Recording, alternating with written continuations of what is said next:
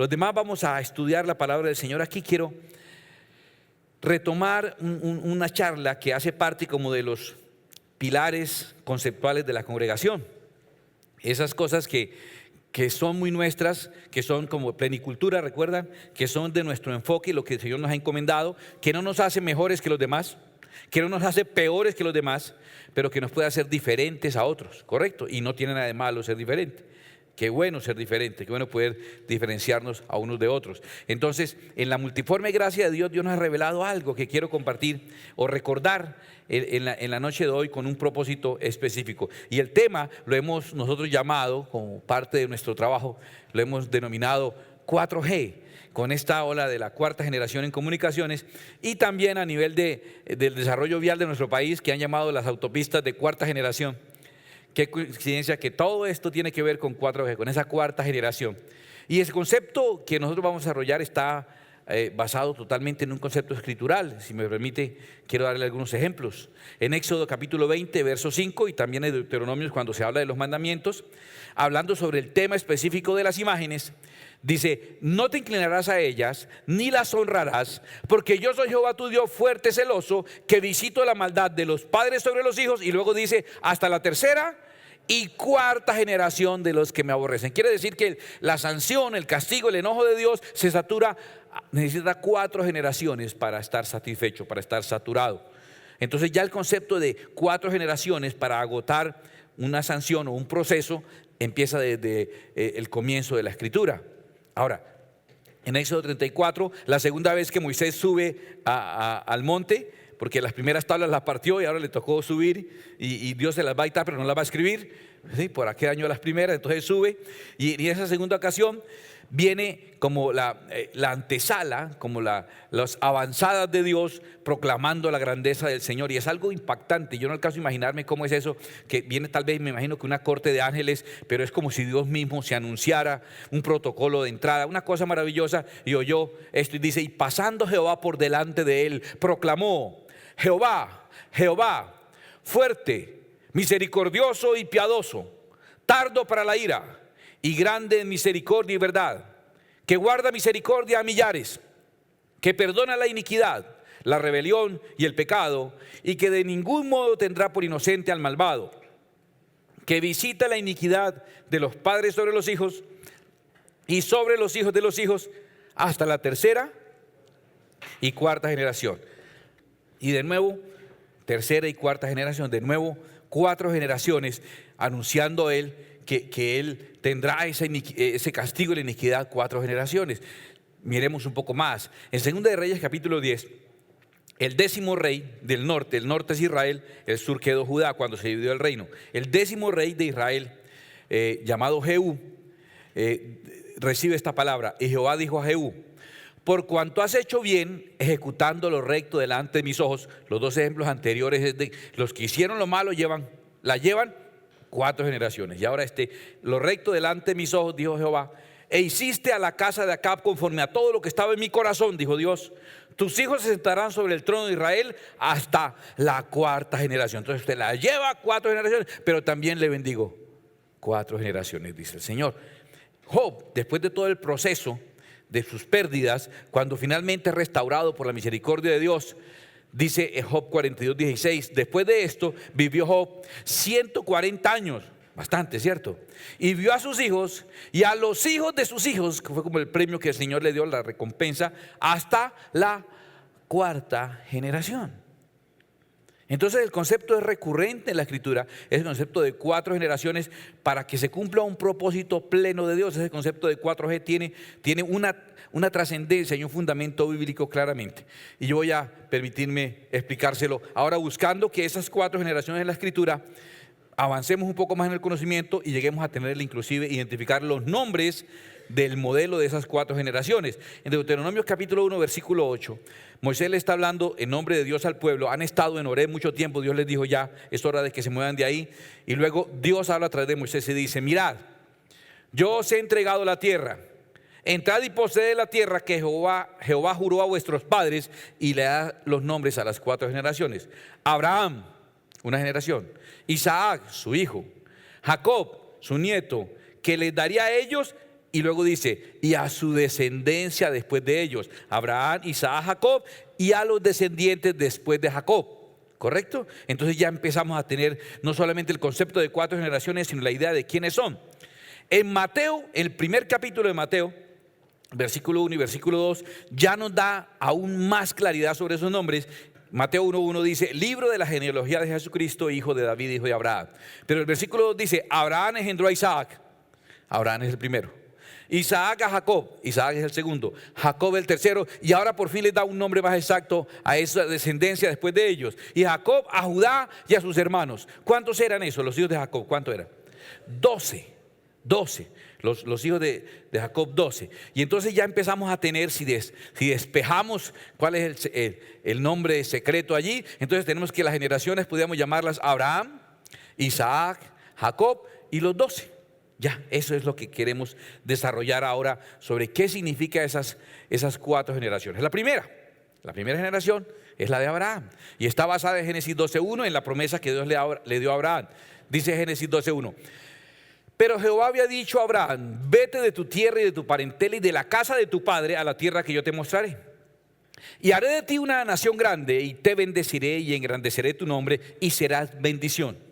Bendeciré a los que te bendijeren y a los que te maldijeren, maldeciré. Y serán benditas en ti todas las familias de la tierra. Entonces, primera etapa, está representada por Abraham, primera generación, Abraham. ¿Qué espera Dios de Abraham? ¿Qué orden le da Dios a Abraham? ¿Cuál es la tarea a cumplir de Abraham? Bueno, él está viviendo ahí en Ur de Caldea, que es la región entre el Tigris y el Éufrates. Hoy esa parte es Irán y aquí es Irak. Y está viviendo ese hombre por ahí. Y el Señor, con justa razón, como le diría hoy a alguien, sálgase de ahí. ¿Qué hubo pues? Váyase. Bueno, entonces le dice el Señor, se fue, que tiene que salir de ese lugar a la tierra que Dios le va a mostrar. Y lo que Dios espera de Abraham simplemente es que Abraham cumpla su tarea de salir. Abraham es el que sale. Déjeme explicarle. En nuestro contexto, por ejemplo, latinoamericano, la mayoría de nosotros crecemos en una educación, y sobre todo de aquí hacia atrás, crecimos en una educación de un credo tradicional católico, básicamente. Muchos inclusive en colegios religiosos iban a misa y nos ponían la ceniza y todas estas cosas que nos pasaron. En esa fe crecimos en Latinoamérica. El llamado a la primera generación, que en mi caso particular, y perdón que haga el ejemplo, pero prefiero lo que es ejemplo y experimentos, siempre prefiero hacerlo conmigo, ¿cierto? Mejor para ustedes, es más seguro. Y mi madre o mi padre, ellos fueron criados en la iglesia tradicional católica. Y ellos en algún momento tuvieron que tomar una decisión cuando oyeron el llamado del Señor. Y el Señor les llamó a ellos a salir de un concepto de idolatría, un concepto que no era basado en la palabra, y ellos dieron el paso de salir. Voy a contar algo que finalmente mi madre le dio permiso para contarla, pero en esa época, cuando supieron que se bautizó, la llevaron a la iglesia del Perpetuo Socorro ahí en la carrera 17 y le hicieron un acto de casi excomunión o algo así por haberse bautizado en la iglesia cristiana. Y ella les tocó salir, era su trabajo salir. Y creo que mis padres, lo digo con respeto, se equivocaron en muchas cosas. Yo creo que de pronto hasta yo será una equivocación de ellos, pero se equivocaron en tantas cosas mis padres, pero en algunas acertaron. Son conmigo 6 hijos, 3 hombres, 3 mujeres, los 6 profesionales, los 6 matrimonios estables y los 6 pastores. Yo digo que uno para pegarle a 6 de 6 no es accidente. 6 de 6 algo hicieron bien. Y yo creo que la parte que hicieron bien era la que le tocaba a ellos hacer, que era simplemente salir, porque eran primera generación, salir de allí, de donde estaban, y de la parentela, y de los conceptos, y de las tradiciones, y creo que ellos salieron bien. Es lo primero que Dios espera que nosotros hagamos, el proceso de salir. Después de eso viene obviamente la segunda generación. La segunda generación tiene que ver con Isaac. Mira esto que dice tan interesante Génesis 22:2. Y dijo, toma ahora tu hijo, tu único Isaac, a quien amas, y vete a la tierra de Moriah y ofrécelo allí en holocausto sobre uno de los montes que yo te diré. Eso es tan impresionante que uno del complejo de los montes de Moriah es el monte donde está Sión y enfrente el monte llamado Calvario. Es muy probable que el sitio donde Abraham fue e intentó hacer el sacrificio de su hijo sea el mismo sitio donde después el Padre Celestial entrega el sacrificio a su Hijo Jesucristo. Porque Isaac es tipo de Jesucristo. Isaac es un tipo perfecto de Jesús en el Antiguo Testamento, porque Isaac, incluso cuando él va llevando la leña para el holocausto y le dice al papá: papá, ¿y el sacrificio? Y el papá le dice: Dios se proveerá de sacrificio. Y Cristo también va subiendo, porque Dios ha provisto un sacrificio perfecto, está subiendo al Calvario. ¿Y qué lleva a Cristo sobre su hombro? La madera también, pero no de ser el holocausto, sino de la cruz en la que fue clavado por nuestros pecados. Cristo e Isaac son un tipo impresionante. Y el segundo nivel se refiere a la formación de Cristo en nosotros, del carácter de Cristo, lo que nosotros en la cultura evangélica llamamos el fruto del Espíritu Santo: amor, gozo, paz, paciencia, benignidad, bondad, fe, mansedumbre, templanza, que no es otra cosa sino una descripción del carácter de Jesucristo producido por su Espíritu Santo. Si tratamos de revelar a qué se refiere, eso es tan curioso. En Gálatas capítulo 4, el apóstol Pablo está hablando del hijo de la esclava y el hijo de la libre, de quién es la promesa y de quién no es la promesa. Está hablando inclusive casi una antesala del conflicto que hay hoy en Oriente Medio, y está diciendo de quién es y quién no es. Está refiriéndose a Isaac, y hablando de Isaac, mire lo que dice Pablo: dice: hijitos míos, por quienes vuelvo a sufrir dolores de parto. Está hablando de Isaac como heredero de la promesa. Dice: hasta que Cristo sea formado en vosotros. Está enfatizando el tipo de Cristo que es Isaac. Isaac significa el carácter de Cristo formado en nosotros. ¿Lo estás entendiendo? Entonces, en mi caso particular, la segunda generación serían mis hermanos y yo. Mis padres fueron primera generación. ¿Qué generación fueron entonces? La nonita y el nonito fueron Abraham. Correcto, Abraham. La segunda generación, ¿ellos les tocaba qué? ¿Qué les tocaba a ellos? La siguiente generación son mis hermanos y yo. Y puede ser el caso de muchos que estamos aquí, creo que de la pastora también, de Harvey y de muchos de los que aquí estamos, son segunda generación. Y entonces el trabajo de nosotros, el propósito de Dios con nosotros no era salir ya. Nuestros padres nos tuvieron aquí en la iglesia cristiana y nuestro trabajo fuera salirnos de la iglesia cristiana. Entonces, ¿para dónde ahora? ¿Para los Krishna? ¿O para los musulmanes? ¿O qué? No, nuestro trabajo ya es la formación del carácter de Cristo en nosotros. Muchas cosas que para mucha gente le es difícil, versículos de memoria, hacer un devocional, orar. Para uno que creció en esto, pues eso es natural. Eso ya uno ora solo por la comida, los ojos solo ya se cierran, ya como que el devocional se hace solo, como que la Biblia para uno es tan natural y para la gente es tan extraño, y uno lo de la iglesia es lo natural porque uno vivió ahí. El trabajo es que seamos tipo de Cristo, que el carácter se forme de Cristo en nosotros. Y el requisito para que eso se logre es, curiosamente, es todo lo contrario de la primera generación: es no salirse. Mire Isaac. Isaac es un bombril. Isaac nunca salió de la casa del papá. Incluso la novia se la pidieron a domicilio. No, en serio. Pidió meter una novia, al favor. ¿Cierto? Papas agrandadas. La mandó traer, a pedido. Eleazar fue y se la consiguió y le trajo a la novia a la casa. ¿Y sabe dónde? Él ni siquiera tuvo que recibir. Estaba afuera en el jardín de la casa cuando la vio venir y la recibió y fue y la tuvo como esposa. Adivine dónde la tuvo viviendo: en el cuarto donde vivía la mamá de él. Él nunca salió. Todo era ahí, para que no se fuera. Todos se lo trajeron para que no se fuera. La clave de la segunda generación es que, por Dios, estos muchachos de segunda generación no se vayan a ir. Ahora déjeme hablarle de usted. Si su merced viene de cualquier otro concepto errado y alejado de la verdad de Dios, su merced es don Abraham. Porque todos los que somos de la fe somos hijos de Abraham. Entonces tú eres Abraham, tu trabajo es salir. Pero tu descendencia, el trabajo tuyo con tu descendencia es que ellos no se salgan, para que el carácter de Cristo sea formado en ellos. ¿Están entendiendo eso? Que ellos permanezcan ahí en el Señor, que crezcan en el Señor, que desarrollen su vida, que no tengan que irse por allá afuera a buscar. No, se le trae la niña, no hay problema, se le trae. Eso usted no tiene que irse para allá para ningún lado, y esté formado ahí en el Señor todo el tiempo y crezca, y para él sea el carácter natural, formado el carácter de Cristo. Esa es la segunda generación. En eso, el cristianismo latinoamericano no la hemos entendido muy bien, Y como somos muy buenos para hacer Abrahames, como somos muy buenos para el evangelismo de convertir a las personas, convertir a alguien, y nos pasamos convirtiendo, inclusive hay gente que se convierte muchas veces. Por ejemplo, el hombre increíble, ¿sí? Hulk, cada ratico se convierte y se convierte. Entonces así hay mucha gente que hay el proceso de conversión. Ni siquiera hemos entendido que hay una generación Isaac. Yo les conté que en mi solicitud para el pastorado, ahí decía fecha de conversión, y yo escribí, en eso ando. Y me la devolvieron varias veces y no me aceptaban la solicitud de ingreso al ministerio. No, es que tiene que completar, hasta que me inventé una fecha. Y cuando dije una mentira, ahí me la aceptaron. Porque convertir es cambiar de camino. Y yo nací en el Señor, no quería cambiar de camino. Pero usted tiene que haberse convertido algún día. ¿Isaac tiene que haber salido algún día de Ur de los Caldeos? No, él ya nació afuera.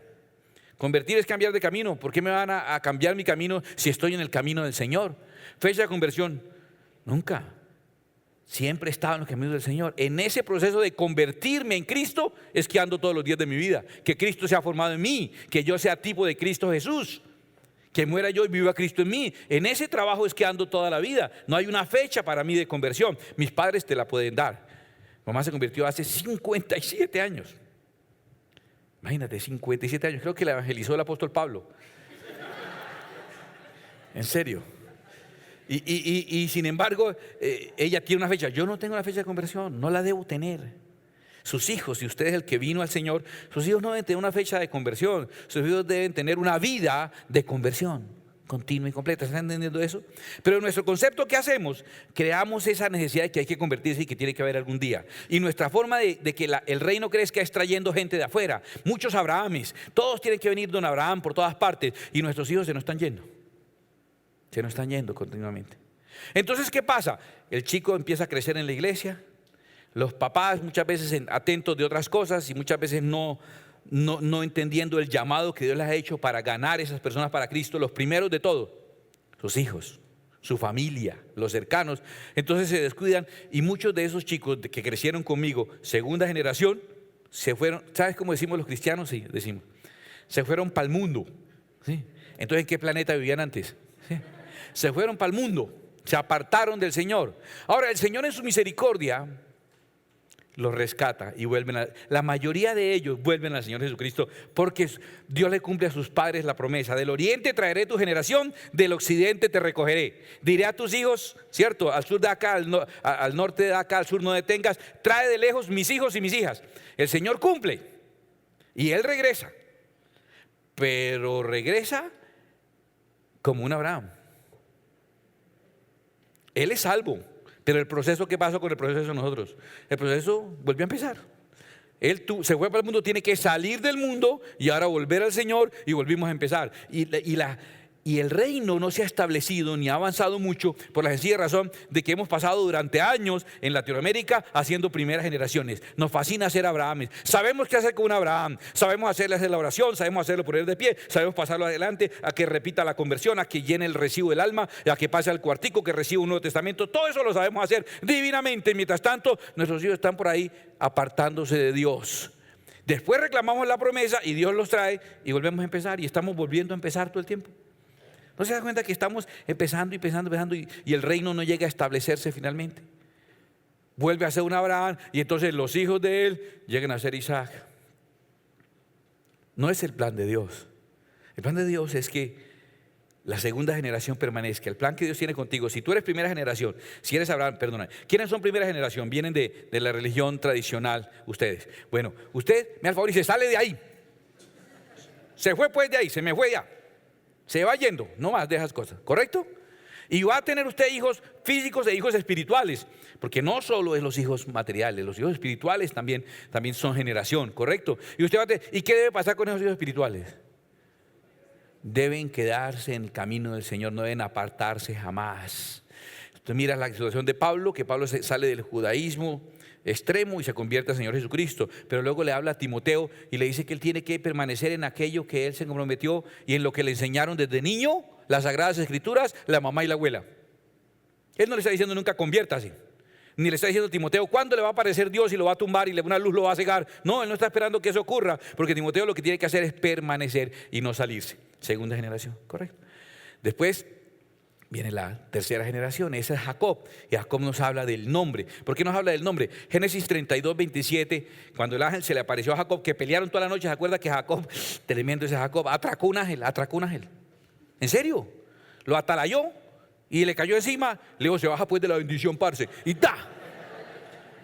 Lo tuvo toda la noche peleando, lo atracó, hermano. Ya suélteme que me tengo que ir, que no se va hasta que no me bendiga. Y el ángel le tocó bendecirlo, lo descaderó y toda la cosa quedó así, torcido. Y le dijo, no importa, yo me quedo chengo pero bendecido. Y no lo soltó, hasta que lo bendijo. Y el varón le dijo, ¿cuál es tu nombre? Y él respondió, Jacob. Jacob significa el que toma por el carcañal, o el que suplanta, o el que pone la zancadilla, realmente eso significa. O sea, el mala clase, el tramposito, el viejito mañoso, para ser mañoso. Como en nuestra academia de tenis, viejitos mañosos, el mañoso. Y el varón le dijo, no se dirá más tu nombre mañoso, no se dirá más tu nombre Jacob, sino Israel, porque has luchado con Dios y con los hombres y has vencido. Tome pues su bendición. Impresionante. Mire, ese nombre tiene dos implicaciones. Una implicación de promesa, porque el nombre Israel específica y literalmente significa el que reinará con Dios. Entonces él, cuando recibió ese nombre, esa promesa para sí, sabía que él reinará futuro. Reinará en futuro. No estaba esperando reinar de una vez. Se le dio la promesa de que habría reino establecido a través de él, a futuros, ¿correcto? Reinará. Eso fue la promesa interior que él tuvo. Pero además de una promesa interior, ese nombre tiene una percepción exterior. Usted dice Israel y la gente, dígale a cualquier persona en la calle Israel y la persona no va a decir, ay, sí, él reinará con Dios, significa una promesa. No, nadie sabe. Es más, usted se acaba de enterar, lo más seguro. Entonces la gente le va a decir Israel, usted va a decir un país de unos manes de barba que pelean con todo el mundo. Eso es todo lo que yo decía, más o menos algo así. Que se visten de negro y con sus canchumbitos y todas las cosas. Eso es lo que yo van a entender. La percepción exterior es que son el pueblo de Dios. ¿Qué va a pasar en esa generación? O lo que espero, o lo que debía pasar con mis hijas. Tercera generación. Yo no salirme del Señor, es mi trabajo.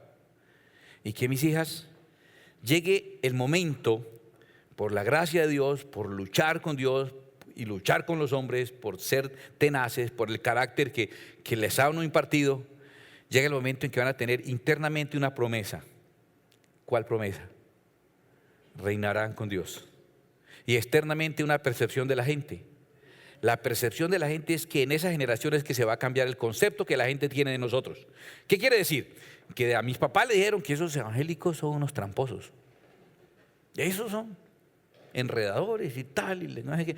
Le voy a contar algo. A mi madre le dijeron que que los cristianos, cuando iba a casarse una pareja, la novia tenía que estar primero con el pastor, antes de estar con el marido. ¿Te imaginas qué lío tan impresionante en los apuros en que uno se vería? Yo siempre he dicho que para pasar uno vergüenza las pasa en la casa, muy bien, ¿no? No, la gente creía eso. Yo digo, terrible, terrible. Qué pensamientos tan torcidos, ¿cierto? Tan perversos de la gente que dice eso. Ese era el concepto que tenía. Y en mi generación, en cambio, siguen pensando lo mismo. Mis 2 hermanos, 3 hermanas son pastores. Mis suegros son mis pastores. Algunos de mis cuñados son pastores. Cuando dejé la empresa, una persona que trabajó para mí, después me dijo, ay, doctor Caballero, por fin se metió al negocio de la familia, ¿no? ¿A quién no le han dicho? Vaya, llévele el diezmo al pastor, vaya. Sí le han dicho, sí le han dicho. Para que ellos le crean a uno, no, el pastor tiene un salario y ahí le asignan su salario como cualquier otro profesional y con el diezmo se sostiene la obra del Señor. Cuénteme uno de vaqueros ahora. Tienen ese concepto de nosotros. ¿Cuándo va a cambiar ese concepto? Ese concepto cambia en la tercera generación. La gente deja de decir tramposos y engañadores y empiezan a decir pueblo de Dios. En la tercera generación empieza a ocurrir algo maravilloso. Las empresas dicen, mire, esta persona además de todo eso es un cristiano. Este deportista además de todo eso es un cristiano. Este artista además de todo eso es un cristiano. Hoy día el control del arte, por ejemplo, musical en el mundo hispano lo tienen los cristianos. Lo mejor, el mayor nivel, el top 10 en cada uno de los instrumentos y en las interpretaciones y en los géneros, cristianos básicamente. por la calidad y la excelencia con que se hacen las cosas. Eso generalmente pasará en una tercera generación. Qué bonito que ocurra eso. Entonces, nosotros nos aguantamos que nos sigan diciendo ladrones. Sí, todo el tiempo, no pasa nada. Pero en nuestros hijos el concepto cambia. Yo veo los compañeros de colegio y de universidad y amigos de nuestras hijas, ellos no están con esa prevención que pueden tener la generación con nosotros y con nuestros padres. No, para ellos es, en la mayoría de los casos, un valor agregado más, porque son pueblo de Dios. Eso es tercera generación. Qué lindo que eso ocurra. Entonces, su merced salió, sus hijos van a ser Isaac, el carácter de Cristo va a ser en ellos, que no se vaya a salir del Señor. Le voy a contar una cosa, en sus nietos va a cambiar el concepto de la gente. En su familia, es con los nietos. Usted le ha hablado a sus papás, a sus hermanos, y no vienen a la iglesia por nada del mundo, porque ellos, por el solo hecho de no darle la razón a usted, no vienen al Señor. Prefieren irse para el infierno, pero no le van a dar la razón a usted. Con sus hijos ellos tampoco le convencen, pero llévele los nietos a los abuelitos. Va a ver que le leen la Biblia, va a ver que el abuelito termina viendo el trabajo que hizo en la clase de niños y preguntándole y hablándole, y lo más seguro es que con los nietos sí vienen. Y cambia el concepto. Oiga, muy bonito, el nieto mío es allá, canta en una coral allá, más bonito. Usted lo viera, eso él hace unos trabajos ahí tremendos que le enseña ya a los maestros. Y termina el abuelito viniendo ahí. El nieto dice, siéntese aquí, abuelo, y el abuelo está ahí. Y ahí lo ve, el niño levanta las manos, el abuelo levanta las manos y canta y canta. Y el niño le dice, abuelito, hay que aceptar, Señor, lo que usted diga, amigo. Esa tercera generación tiene esa gracia especial, cambia el concepto de la gente. Pero esa generación casi nunca llegamos, porque ocurre que también muchos de Isaac se vuelven a Abraham. Y el Señor en su misericordia vuelve y los trae. Pero ¿qué pasa con el proceso? Volvimos a empezar. Y le pedimos a veces a Jacob, a varios que ya son Jacob, que son Israel, que nos den fecha de conversión. La fecha de la conversión de ellos la tiene el abuelo de ellos, porque ellos siempre han estado en el Señor. Aprendieron fue a cómo guerrear por las bendiciones. Eso es lo que ellos aprendieron, cómo se guerrea por una bendición. Así se hace esto. El cuarto ya es 12. 12 la escritura significa gobierno. En Génesis 41:41 dijo además Faraón a José, he aquí, yo te he puesto sobre toda la tierra de Egipto. ¿Recuerdan quién es José? Uno de los 12 hijos de Jacob. José fue puesto como gobernador. Antes de él ninguno fue gobernador. Ninguno. El primer gobernador que hay en esa línea, en esa familia, es José. Y gobernó en una nación pagana. Gobernó en un gobierno secular. Ese es cuarta generación, un José. 12 significa gobierno. Siempre en la escritura, por ejemplo, para citarle uno solo de esos temas, en Primera de Reyes 4:7 dice, y tenía Salomón 12 gobernadores sobre todo Israel. 12 siempre significará estructura de gobierno. ¿Sabe qué pasa con esos bisnietos nuestros o bisnietos suyos y nietos nuestros? Gracias a Dios por lo que nuestros padres hicieron. Ellos ya no solamente van a ser personas que salieron de la doctrina de error, que permanecieron y el carácter de Cristo fue formado, que la gente ya cambió la manera de pensar de ellos, ya no los ve como engañadores, sino como gente de Dios. Ahora la gente con gusto va a decir, diríjanos. ¿Sabes qué dijo Faraón de José? José dijo, busque una persona que la administre. Y el Faraón, ¿qué dijo? ¿Y a quién más vamos a encontrar sino usted? Un hombre donde habita el Espíritu de Dios. La gente va a querer ser gobernada por personas de cuarta generación, porque ellos están llamados a gobernar. Y entonces ahí en la cuarta generación se cumple, como les demostré desde el principio, el propósito de Dios de establecer su reino. ¿Ya entiendes por qué no hemos establecido reino? ¿Y qué es establecer el reino? Gobernar con las leyes de Dios. Sobre una empresa, aquí están las leyes de Dios. Sobre esta comunidad están las leyes de Dios. Las leyes de Dios sobre los que les gustan las leyes de Dios, qué bueno. Y las leyes de Dios sobre los que no les gustan las leyes de Dios también. Porque pondrá a sus enemigos por estrado de sus pies. Es que la ley es así. ¿Por qué nos imponen leyes contrarias a la voluntad de Dios? Porque van 4 y 10 y 40 generaciones de Satanás, del mal, llegando a implantar leyes y a gobernar. Y la del reino, estamos haciendo abrahanes todos los años y volvemos a hacer abrahanes. Hubo compañeros míos de la congregación en que crecí que tenían un ciclo casi como un periodo menstrual espiritual. Seguro. Les daba con todos los procesos hormonales y con todas las depresiones y todo, entonces uno sabía, en el campamento se ponían bien con Dios, ¿cierto? Para diciembre se apartaban porque era la rumba, ¿cierto? Para exámenes finales se volvían juiciosos. Y era como un ciclo que uno podía saber, por esta época fulano, no, por esta época él no viene a la iglesia.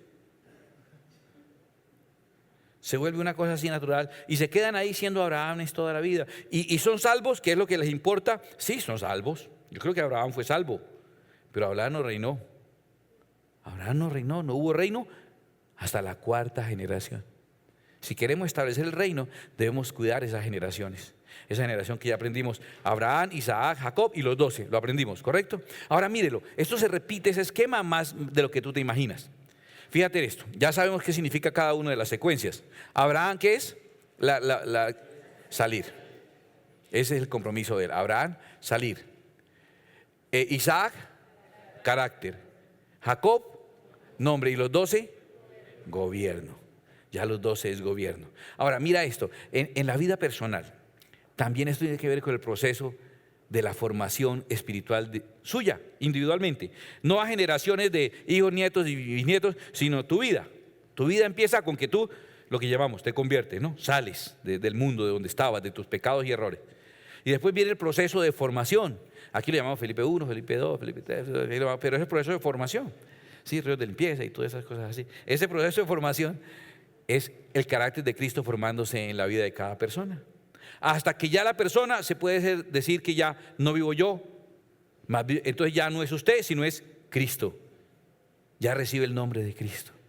Y ahora que ya recibió el nombre de Cristo, que ya Cristo ha sido formado en usted, entonces el Señor le entrega autoridad y le da potestad y le da un ministerio y le da una autoridad.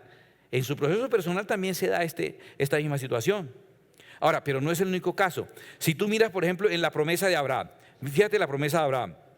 Yo le digo a Abraham, pero Jehová había dicho a Abraham, sal de tu tierra y de tu parentela y de la casa de tu padre a la tierra que yo te mostraré.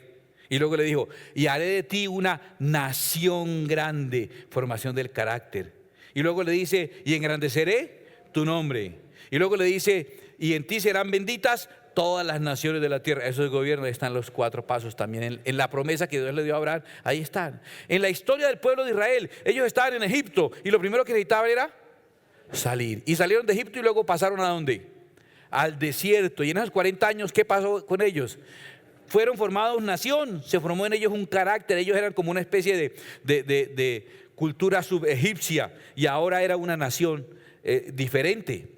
Y después fue reconocido el nombre. ¿Cuándo le fue reconocido el nombre? Usted lee lo que dijo Rahab y decía que todos temblaban a causa del nombre del Dios de ellos y a causa de ellos. Y ocurre en un personaje llamado Josué. ¿Cuál es el nombre de Josué realmente? Yeshua. ¿Y es el nombre de quién? De Jesús. Esa es la etapa en la que ya es identificado Jesús en la vida de la persona. Y después de eso establecieron ¿qué? Los 12 patriarcas, las 12 tribus de Israel. 12, ¿qué significa?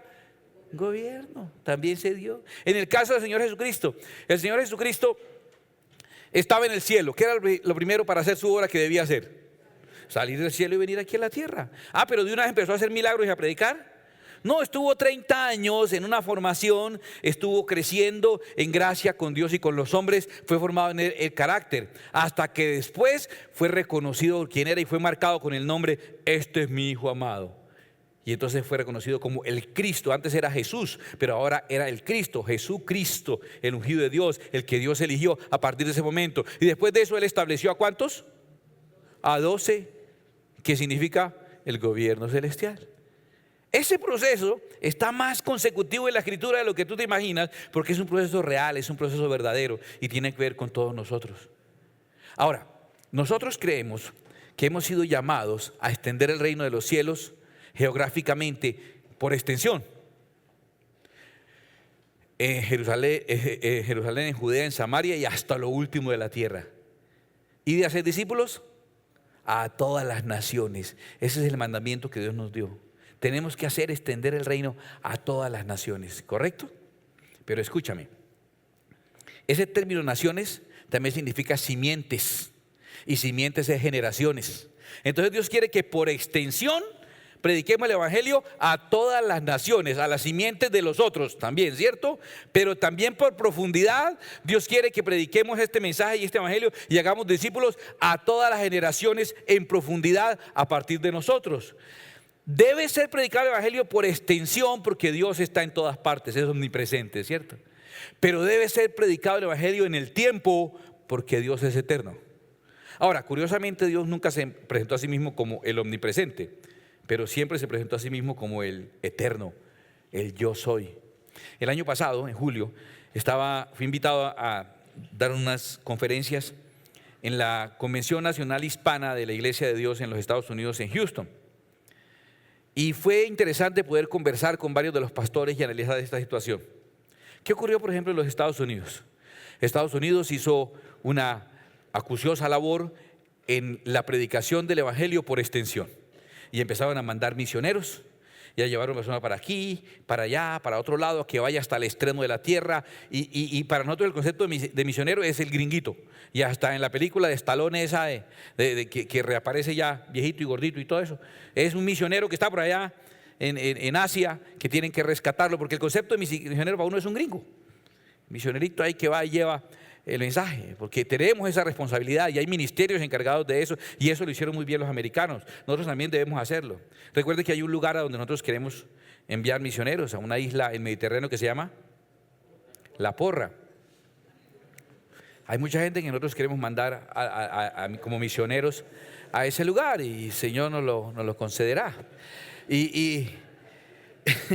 Voluntarios. Pero está bien que hagamos eso, está bien que nosotros lo hagamos. Los americanos lo hicieron muy bien. De hecho, el Evangelio llegó aquí a nosotros gracias a misioneros como los americanos. Juan y Juanita Fierce, Pablo Anderson y su esposa, Craig Martin y su esposa, José Knapp y su esposa. Misioneros maravillosos, muchos de los cuales entregaron su vida. Nuestra fundadora Amy Semple McPherson fue misionera en África. Hicieron muy bien su labor en extensión geográfica. Yo quiero decirle, olvidaron un detalle, o no comprendieron un detalle, que es la evangelización, no solo por extensión geográfica, sino por profundidad en el tiempo. Y casi todo lo que habían ganado en su proceso misionero evangelístico mundial, ¿qué ocurrió con sus siguientes generaciones? Sus hijos y sus nietos se apartaron de la fe. Salieron los gobernantes con leyes que prohibían, por ejemplo, orar o leer la Biblia en un colegio. ¿Y por qué ahora entran los compañeros y masacran a los compañeros? Y eso no lo pueden prohibir. Eso ocurre y no lo pueden detener sino después de la tragedia. ¿Qué ocurrió? Pues por cuidar la viña ajena descuidaron la que era de ellos. Ahora, esa red de evangelismo y de misiones les ha servido para un montón de negocios, para las grandes corporaciones, para el internet, para el espectáculo como Hollywood, y también usaron ese conocimiento que tienen de invasión cultural y llenaron el mundo con sus conceptos, con su ideología. Pero hoy lo que viene a través de esa red no es evangelio ni es bendición, sino más fácilmente es perversión.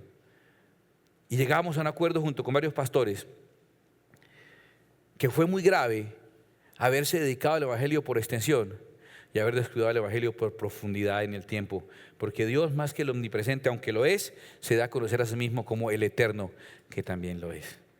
Ahora, todo esto tiene un propósito. Todo esto que he estado tratando de recordarles simplemente es para explicar que tenemos un doble compromiso. Yo te voy a decir, tú estás con la obligación de hablarle a la persona con la que trabajas, a tu compañero de universidad. No sabes lo satisfactorio que es, hablando aún en nuestro caso, saber que de los compañeros de la carrera universitaria, de una universidad pública de tendencia izquierdista, a la que nos decían que cada vez que un joven iba a esa universidad se apartaba de Dios, que más del 60% de nuestros compañeros hoy son cristianos y les predicamos a Cristo. Hicimos lo que la Biblia dice: conviértanse ellos a ti y tú no le conviertas a ellos. Hoy son muchos de ellos pastores y misioneros y obreros del Señor, y algunos de ellos están y han estado en nuestra iglesia, compañeros de la universidad. Qué bueno que estamos para eso. Fui evangelista durante muchos años y paré la cuenta con Jubal en 5.300 y pico, Harvey, ¿cierto? 5.300 y pico personas que habían recibido al Señor como su Salvador personal. Y siempre creí en eso. Le voy a decir algo muy personal, espero que no le sea tropiezo.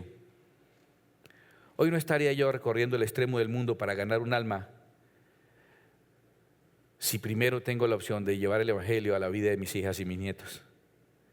Porque si mis hijas son fieles al Señor y no se vuelven Abrahames, sino siguen siendo ellas son Jacob, el nombre cambiará y sus hijos gobernarán y establecerán el reino del Señor. Estamos cerquita. Me toca entonces hacer un poquitico la actitud de Dina Santamaría. Y me toca ser un poquitico hosco. Trajeron a Dina Santamaría, una predicadora muy famosa centroamericana, a Senfer. Y en Senfer ella estuvo predicando esa manera tan espontánea y tan franca que tiene ella por ser centroamericana y por ser mujer, ¿no? Ella no tiene problema en decir lo que piensa, ¿no? Uno como que se cuida un poquito, mija, no diga eso. No, ¿cómo que no? Y ella va diciendo. Contó la historia de su amiga Sonia, que fue misionera en África. Y nos contó una historia conmovedora. Me dijo, Sonia es misionera y ella fue enviada por Dios a una tribu, no sé el nombre, en África, de guerreros. Pero Dios le mostró que tenía que ganarlos para Cristo, pero no lo dejaban entrar. Tenía que volverse de esa tribu para poderles hablar de Cristo. Ella tuvo problemas en dejar su familia, abandonar su estudio, lo que fuera, para ser parte de esa tribu. Aprendió a vivir como ellos, aprendió su cultura, su idioma. Estaba lista para ser parte de ellos hasta que terminó un proceso en que fue aceptada.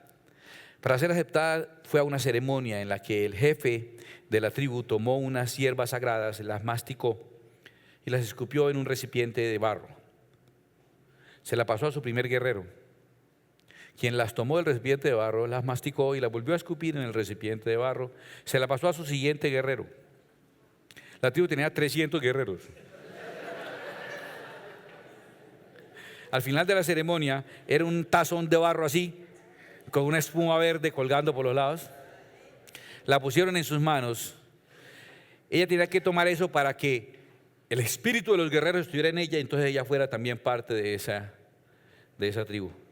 Ella dijo, la Escritura dice, si comieren o bebieren cosa mortífera, no les hará daño. Cuenta cómo su amiga Sonia se tomó eso delante de todos y fue instrumento de Dios para llevar el evangelio a esa tribu. Y luego Dina Santamaría, con esa franqueza que la hace notoria a ella, nos miró y dijo, y si yo tuviera que tomarme babas de 300 guerreros para llevar el mensaje del evangelio a una tribu, pues que se vaya para el infierno ese poco de indios, dijo. Y todos quedamos ahí en Senfer, todos como, esperábamos otro final, ¿cierto? Esperaba uno el final heroico del sacrificio. Y nos miró y dijo, mire, ¿sabe qué? El que no le alcance con lo que hizo Cristo, no merece ir al cielo. Porque ¿qué le puedes tú añadir o quitar a lo que Cristo ya hizo si fue perfecto? Y quedamos todos tan aprendidos. A mí cambió mi manera de pensar eso. Y entonces esta iglesia está basada sobre ese concepto, que el favor no es para Dios. Ay, venga a la iglesia, lo llevo a comer, lo recojo en la casa, le regalo y Dios le da carro, casa y beca. Sí, venga, y mire que Dios me da. No. Hey, ¿quiere recibir a Cristo? ¿Cuándo nos ha oído nosotros? ¿Quiere recibir a Cristo? No, a la persona que viene le decimos, le voy a enseñar a obedecer a Dios y el día que quiera le hablamos a Cristo a ver si lo recibe a usted. Yo no sé, no le garantizo nada, pero Él se reserva el derecho de admisión. Ese concepto cambió. No quiere decir que no debes evangelizar al señor del taxi, a la persona que va en el bus, a cualquier extraño. Esa forma es la favorita de las iglesias cristianas evangélicas porque esa forma no implica que tú tengas que vivir de cierta manera si nadie te conoce. Lo que necesitas es saber en tu cabeza, saber. Y si tú sabes decir las palabras adecuadas, el plan de salvación, la metodología, si tú sabes decirlo, entonces tú puedes hacer que personas hagan la decisión de fe. Entonces ese plan gusta mucho porque no tiene nada que ver con tu conducta. Cuando tratas de evangelizar a los que te conocen, no basta con saber.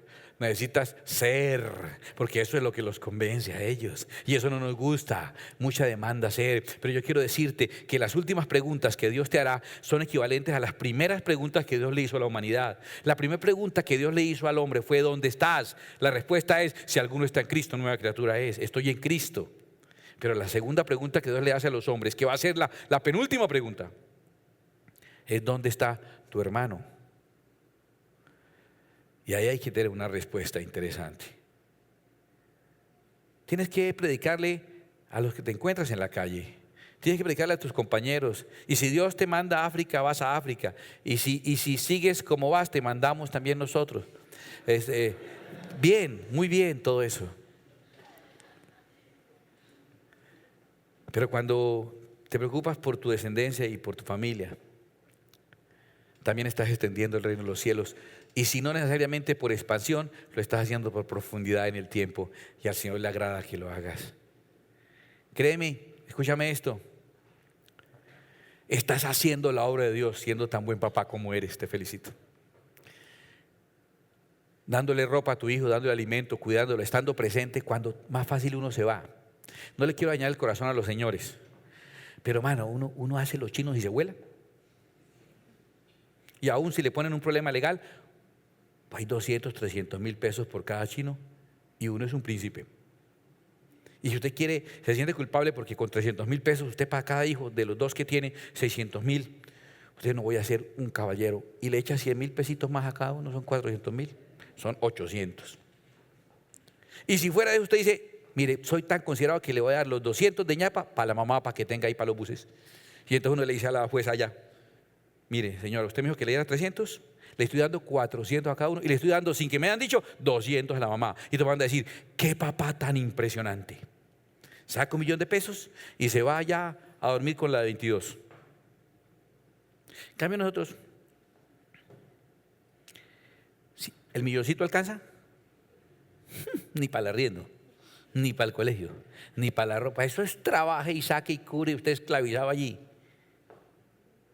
Y pasa y saca y no se va con la 22, con la de 44, que es el doble. Realmente es más fácil ser cobarde y huir. Incluso ser cobarde y huir y aprenderte un método y en los parques pararte a hablarle de Dios a la gente que va pasando. Pero yo te felicito porque estás en tu casa haciéndole frente, respondiendo por tu hogar, por tu familia, dando ejemplo de sacrificio. Y cuando la vecina o la amiga aquella tal te picó el ojo, te sonrió, te propuso, te invitó, te aceptó, alguna cosita así, y tú dices, uy, no se puede. No se puede, Señor. Porque es que es mis generaciones. Yo no puedo convertirme en un Abraham, porque estoy sacando adelante el reino de los cielos. Y entonces resulta que no aceptar esa invitación de la señora que le está promoviendo ese contrato o ese negocio, resulta que usted lo está haciendo es por el reino. Usted veía que lo hacía era por mi reina. No, lo está haciendo es por el reino de los cielos. Mire señora, usted que aguanta ese tipo tan cansón que no se lo aguantó nadie. No lo aguantaba sino la mamá y eso porque era sorda esa señora. Que uno sabe que ese tipo no se lo aguanta nadie, no se lo aguanta uno. Y usted se lo aguanta y está ahí con el Señor. No sirve para nada ese tipo. No sirve ni para muerto porque se traga las velas. Eso es, de verdad, es un estorbo con ropa ese señor. Y usted lo saca adelante. A usted le iría mejor sin él. No voy a decir que sí. Aguante, porque algunos están filmando. Pues todos bajando el video para a ver si la señora dijo, no se boletie, ¿no? Pero aquí entre nosotros, yo lo sé, usted estaría mejor sin él. Yo la conozco. Tal vez no se consigue uno de 22, pero no quiere conseguir uno de 22. Usted está bien sola, así está feliz, no necesita de nadie. Usted es completa, las mujeres son completas en ellas mismas. No necesita de nadie. Y sin embargo sigue ahí con ese tipo tan cansón, con ese estorbo. Solo por dar buen ejemplo, solo por establecer el reino, solo para que sus generaciones permanezcan en el Señor. Usted es una belleza. Dios me la bendiga y le dé más paciencia. Pero usted va a ver a sus hijos, sus nietos y a los hijos de sus nietos después de ellos sentarse sobre su trono como Dios le prometió. Vale la pena. Usted, muchacho, hermano, que es que hay cositas para hacer en la calle. Yo sé que hay cosas para hacer. Yo soy calvo, no ciego. Hay cosas para hacer. Está tan fácil ahora para hacer la maldad, ¿sí o no? Pero cuando usted no se presta a eso, cuando usted no cae en ligaduras de pornografía por internet, cuando usted no hace partícipe de cosas incorrectas. Hoy está bien visto si yo escojo una tendencia sexual variada y diferente. Estará bien visto, pero sus generaciones, ¿qué? Sus generaciones se van a perder por su degeneración. Y entonces usted, pudiendo hacer otras cosas, dice, no, estoy en la iglesia. Y la gente se sorprende, estos muchachos tan guapos, muchachas tan lindas, ahí metidos en la iglesia orando. Eso no tiene explicación. Uno a esa edad estaba haciendo maldades todas las que podía. Y estos muchachos sirviendo al Señor, tocando un instrumento, adorando al Señor. Y uno dice, ¿qué es esto tan extraño? Yo le digo, vale la pena, muchachos, vale la pena. Porque ustedes están extendiendo el reino de los cielos. Están haciendo lo que Dios quiere que hagan, y no solamente es venir a hablarle a extraños sobre cosas que usted sabe, pero no es, sino con su vida hacer parte del propósito generacional de Cristo. Porque la promesa hacia el Cordero, a pesar de todo lo sufrido que será, dice Isaías, mas verá linaje, su descendencia se cumplirá y sus hijos reinarán sobre la tierra. Vale la pena todo lo que nos inventamos para que los niños estudien la palabra, y que toca hacerles 1000 dibujitos y toca darles 1000 caramelos, y que toca tenerlos entretenidos, y entonces que el uniforme tal cosa, que la camisita de fuerza, que los choquecitos y las cosas, te lo hay para uno medio controlar. Son tan terribles, algunos más inquietos que otros. Hay uno que toca, para hacerle liberación a un niño, toca decir: niño, sal de ese demonio, ¿sí? Pero ahí no los aguantamos, las joyitas, ¿cierto? Tremendo, ¿cierto? Uno los tiene ahí, uno dice: ¿y estos señores por qué no se esterilizaron? ¿Por qué no le hicieron eso? Ese viene a la humanidad, ¿sí? Pero ¿por qué nos molestamos tanto?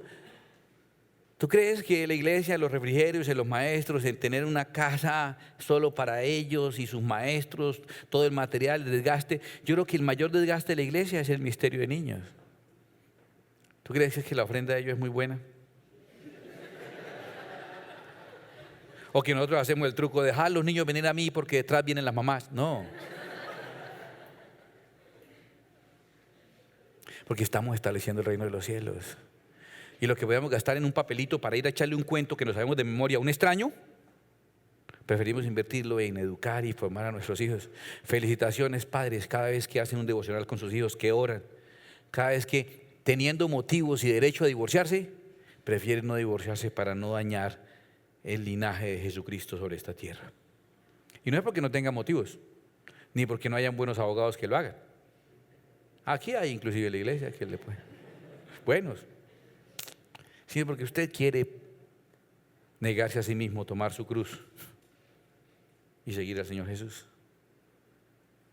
Ese es nuestro concepto, es un poco diferente. No somos mejores ni peores que nadie, pero tenemos un enfoque un poco distinto. Sí, tenemos que entregarle el papelito con el cuento y el video con el cuento y el mensaje de texto, ese cuento que no sabemos y que no importa cómo seamos nosotros, pero nuestro concepto es que es nuestro testimonio. Nuestro concepto es para que vean vuestras buenas obras y glorifiquen a vuestro Padre que está en los cielos. No dice para que escuchen su buena carreta, sino para que vean sus buenas obras. Es un arduo trabajo.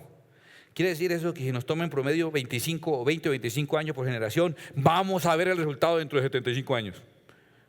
Menos 15 que llevamos no son sino 60. O sea que tal vez ninguno de nosotros lo veamos. Pero nosotros no andamos por vista, sino por fe. El Señor lo hará. Por eso invertimos en amigos que hacen el sacrificio de dejar a su familia, venirse a ministrarnos, como Noel, un amigo muy querido, en todo lo que va a haber este fin de semana, en actividades para los maestros, en organizar el equipo, en todo el trabajo que hacemos.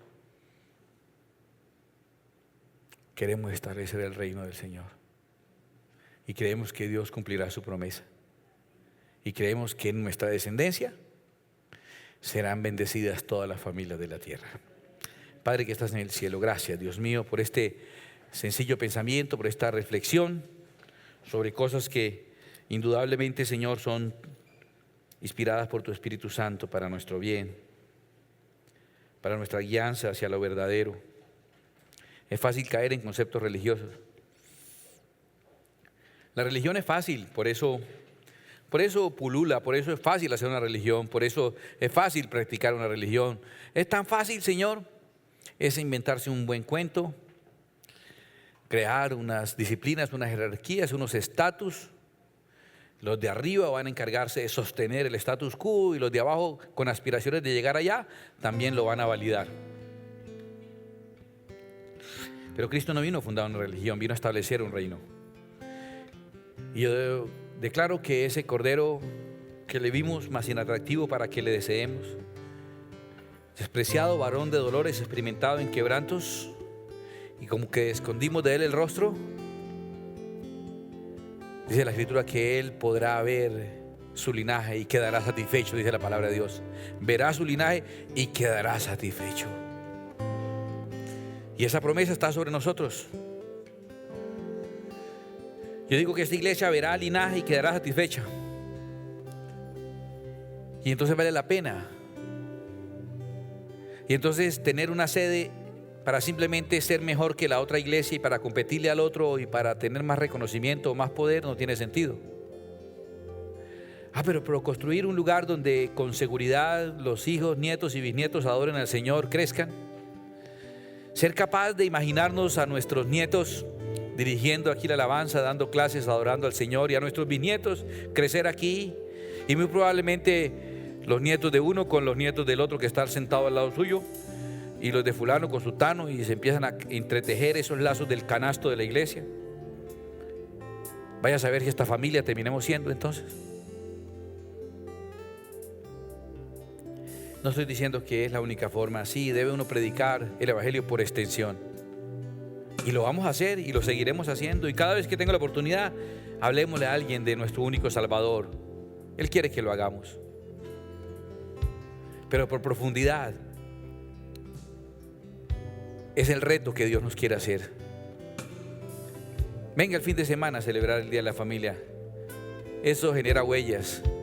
¿Sabías que estás haciendo el reino de Dios cuando le celebraste el cumpleaños a tu hijo, cuando fuiste a su presentación, cuando le ayudaste a hacer la tarea, cuando dejaste de ayudar a tu hijo a hacer la tarea y te fuiste a evangelizar al tipo de la esquina? Sí, hiciste bien por extensión. Y eso fue lo que pasó siempre en nuestra comunidad. ¿Quieres que te lo demuestre? Brandon Alexander Muñoz Mosquera y Dan Denis Muñoz Mosquera, la Kika y Tyson, los dos más grandes sicarios que ha tenido la historia reciente de la humanidad. Uno de ellos reventó un avión para matar a una persona y mató 110 personas en un avión de Avianca. Conocí de su historia porque ministré mucho tiempo en Medellín. Son hijos de un pastor. Su hermana, una amiga mía, directora de alabanza preciosa. Y ese pastor seguramente evangelizó a muchas personas. No lo estoy juzgando, porque si la Biblia nos muestra algo del libro de Crónicas y Reyes, es que a buenos padres le nacen malos hijos y a malos padres le nacen buenos hijos. Lo que estoy diciendo es que no sé qué tan sensato es por cuidar la viña ajena descuidar la propia. Yo simplemente quiero que tú sepas que cuando estás ayudando a colorear ese mapa, a hacer esa multiplicación, a hacer esa maqueta, quiero que sepas que no sé si te lo diga en otro lado, pero tu pastor te dijo que eso es extender el reino de los cielos. Quiero que sepas que ir a la presentación de tu hijo el día que tenía una recital de algo, de música, de piano, de ballet, de teatro, te lo he dicho muchas veces. Pero la presentación del niño es el día del culto. Pues yo te doy una orden hoy: no vienes al culto, te vas a la presentación del niño. ¿Qué haces aquí si tu hijo está teniendo una presentación? Culto hay la otra semana. En cambio estás teniendo la única oportunidad de que tu hijo te vea en primera fila gritando, haciendo el ridículo de emoción, porque estás contento por lo que él hizo.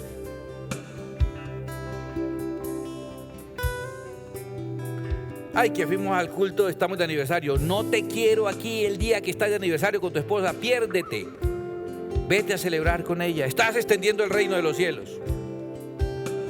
¿Verdad? No sabíamos. Qué buena noticia. Sí, Señor. Sí. Cuando ayudaste en la casa, hijo querido. Todos quieren ir allá a Calcuta a lavarle las llagas a los leprosos, pero el abuelito de la casa no tiene quien le ponga las chanclas. Estás haciendo el reino de los cielos cuando cuidas de tu abuelito, cuando en vez de escribir un graffiti que Jesucristo salva allá en el paredón, le pintas el cuarto a tu mamá. ¿Sabes que haces el reino cuando tiendes la cama y lavas los platos? ¿Sabías que haces el reino de los cielos porque estás mostrando con tu testimonio que has cambiado? ¿Tu abuelita te invitó a misa? Acompáñala a la misa. Tu abuelita está rezando el rosario, acompáñala y le dices: abuelita, te acompaño en los Padres Nuestros, me perdonan los Ave Marías, pero eso no está en la Biblia. Tú quieres que tu abuelito y tu abuelita vengan al culto, pero nunca ha sido el de ellos. Ve, acompáñalo a la misa. Si el cura te ganó, pues felicitaciones, quédate allá.